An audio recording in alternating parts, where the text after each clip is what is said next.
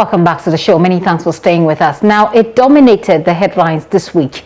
The sad story of a 10-year-old boy allegedly killed by his teenage friends to make money quick. This has generated conversation among the youth and the thirst for blood money. What could be the cause and how did we get here as a people? That's a question or a conversation we've been having all week. Is it the media's fault? Is it greed? Is it poverty that's forcing youth to go down that lane? This afternoon, we're engaging some youth, a councillor, and a parliamentarian. You can join the conversation by sending your thoughts and your questions to 0540109009. That's 0540109009. That's our WhatsApp platform. Let's go to Kwaku Asante, my colleague who's standing by at Caprice with some young people, talking to them about their psyche, what makes them want to make money quick. If these people he's talking to are, let's cross over to him right now. Hello, Kwaku. Kwaku, can you hear me? Right, Gifty, here at Caprice, I can hear you.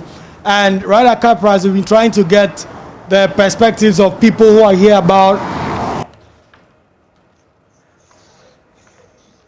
person trying to lead them to go and do something like that. And when I came here, one of the things we're picking up is that some of even their motors that they sell here have been stolen, and we'll get into those shortly.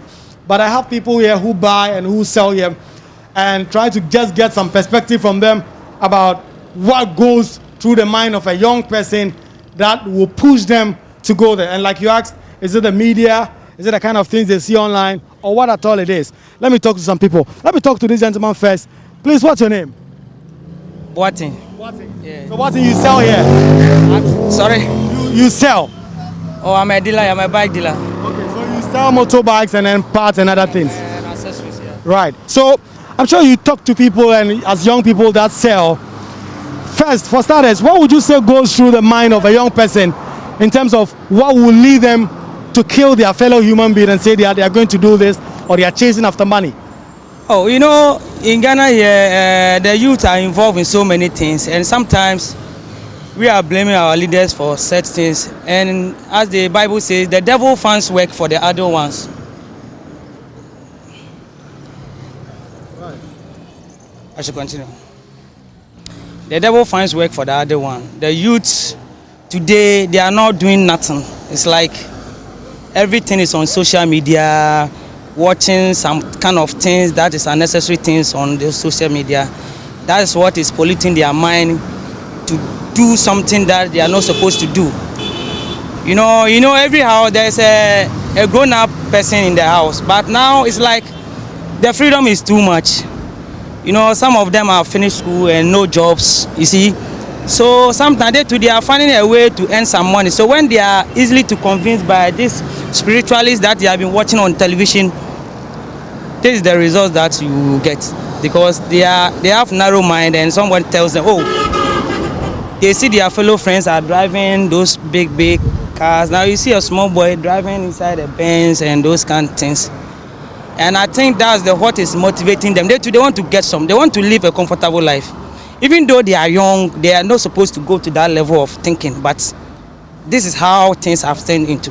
Right. So, Boating makes some very important points about societal influence, peer pressure on colleagues, as well as the breakdown of family values, the family system and other things. Ibro is also here. Ibrahim has been around for a while, and I want to just take also his perspective on that. So you've heard about what happened in Kaswa. Yeah. You hear about them. Yeah. Where the people who say that what at all will be going through the mind of young people, leading them to go and do things like that? Because of they have been seeing some of the posters on the wall, because their friends sometimes give them pressure about it, then they want to follow their friends' steps to get money and other stuffs. So I don't know, sometimes they always follow their friends to do bad things and other stuff.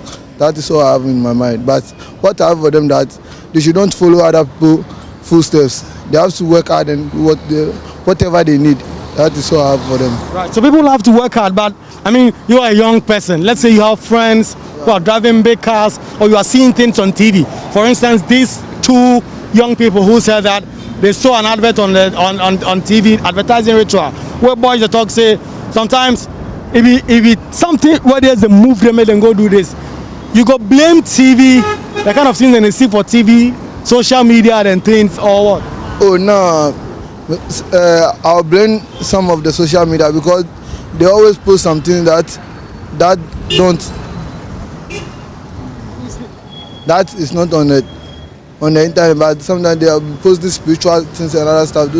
They also follow that things to do some bad things and other stuff. That's but me advice I have for them that they should learn hard work, they should learn and they should do whatever they want to do, but they shouldn't follow that spiritual things and other stuff. They should learn hard and get good qualification and get good work. That's all what I have for them. Right. So Ibrahim, I'll come back to you. So Ibrahim is telling me that people should work hard. People must not look around at things that are going around on TV and look at their friends and say that these are my young friends. I went to school with them. They are owning these properties, and so I should quickly find something and go and do. And so let me go back to Boateng, in terms of what government can do and in terms of what all of us can do, where do you think we can start from to be able to see to it that we get to a point where young people are not being moved by what they see on their TV, on social media, or what their friends are telling them? Yeah, I think nowadays the government should be focusing on more skill training. You see, there should be more skill training in the schools, whether they are young or what. When you look at China like this, you see small boys, they are doing something with their hands. Now Ghana has turned to an English spoken, everything is about English. They will go to the school, they will learn the English. After the English, what will they put on the table? At the end of it, you come out speaking big English, nothing for you. And big English doesn't bring food on the table nowadays. It's about what your hand can do. So the schooling, I'm not saying education is bad, education is good, but there should be more skill training in the school. First, when someone's finished sixth form or something like that, at least the person come out, he can do something. Now people have finished university self. They can't even do anything with their hand. You can't even do nothing. You understand? Me, for instance, I haven't been to school too much. I learned from my uncle. I'm a woman. I learned from my uncle this selling matter. But somebody who have finished university cannot compare himself to me. Only the English that he can speak more. But apart from business or whatever, I'm cool with it. Anytime I'm busy with my work. So the youth nowadays I don't think they are challenging with something. There's like their comfort zone is too much. So when they think of any bad thing, then they are going to do. So the government should be more skill training. It should do more skill training in the school. It should train them. Sometimes when they come out, at least they can do something with their hand. Without that we will face this kind of problem more on the way to come. You see. So this is all that. So for you, skill training is very important as a government. Very but this job that you do, you are just telling me that it's okay for you. You are living okay. You are fine. But there are those who say that they don't want to come and do this. They just want to earn. They want to be driving the big cars. They don't want to come here every morning, come and be in the sun and do the kind of things that you do every day and get something small and take home. They just want to get just big money. What would you say to them? Big money doesn't come by easy thing or big money. To earn big money is not easy. Even if someone have to go to juju and go and the juju man will tell you, oh, I'll give you. If that one says it's not easy, they will give you rules. So this world, there's nothing easy. You see, there's nothing easy to come by that you wake up now, you are just having big money. No. You have to kill somebody, and this is what is happening, and you know escort free. You understand? So big money is not just like you go and hit. It's about hard working. There's no big money anywhere. You have to work hard and get your money. That's all.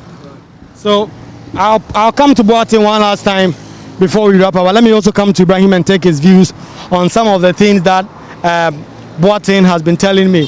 So Boateng is saying that there must be skill development. People must have things to do with their own hands. Where do you live, for instance? Where do you live? Dansuma Kaikari.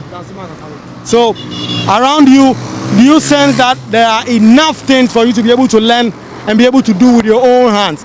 Let's say, for instance, apart from school, what is going on around you that you think people can also latch on and do so that they don't start thinking about going to a ritualist? They can be also a mechanic or any work they want to do. That is all. Carpentry. I think carpentry is okay for them. So what do you do personally? I sell things at Accra. And so you think people should be able to just do some of these things and not just follow people and say, we just want to go and follow big money. You're saying that there's dignity in hard work. There's dignity in going out to Accra, for instance, and go and pick shirts and say you're going to sell it to your friends and other. Oh, yeah.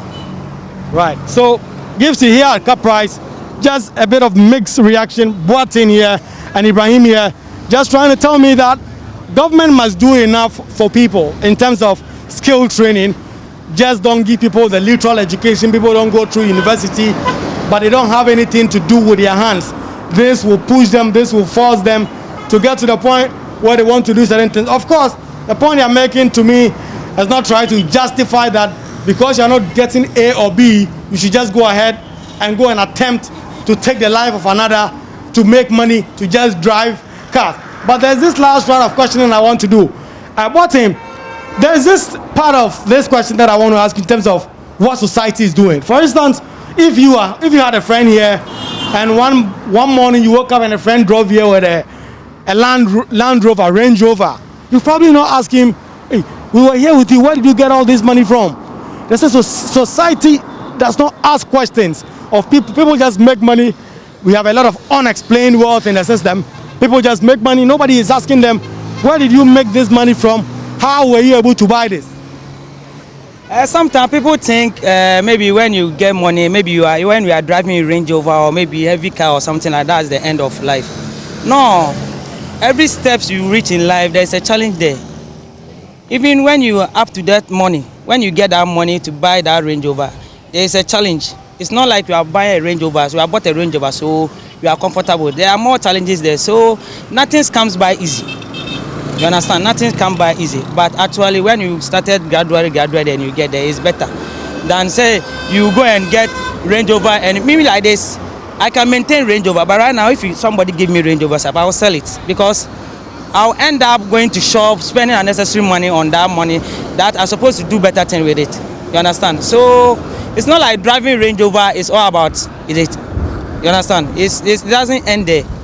Driving Range Rover, there's a challenge too there that you have to face. So life is all about stages. You understand me? So that's how it is. Right. So Gifty, as Boateng and Ibrahim have been telling me, they are trying to advise their young people, their young friends, their young colleagues to say that you don't have to do this. You do not have to try or attempt and say you are taking the life of another to do A, or you are doing B, or you are taking the life of another person to just go and do rituals with it. They don't blame the traditional media so much. They talk about social media and the kind of influence that their friends have on them, and the desire, and just that innate desire for people to just live rich.